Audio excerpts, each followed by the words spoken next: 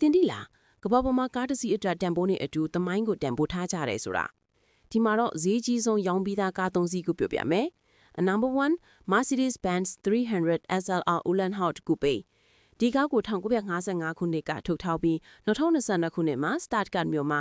RM Sotheby's လေလံမှာ$140 millionနဲ့ရောင်းသွားတယ်တချို့ကတော့အလှသော Mercedes သမိုင်းတစ်လျှောက်က model လူတောင်ခေါ်ကြတယ်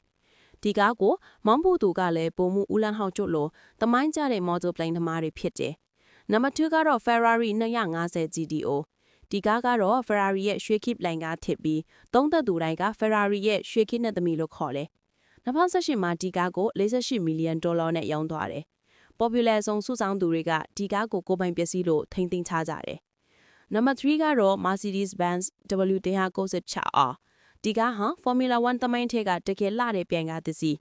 2025ဖေဖော်ဝါရီလမှာတော့$53 millionနဲ့လဲလံမှာရောင်းသွားတယ်ဒါဟာအလှနဲ့အမြန်နှမျိုးလုံးကိုပေါင်းထားတဲ့ကားပါတင်တော့ဘယ်ကားကိုအမြန်ဆုံးနဲ့အလှဆုံးထင်လဲ comment ထဲမှာပြောလိုက်ပါနောက်ထပ်ဈေးကြီးပြီးသမိုင်းထဲကမော်တော်ယာမျောနဲ့မျှဝေဖို့မမေ့ပါနဲ့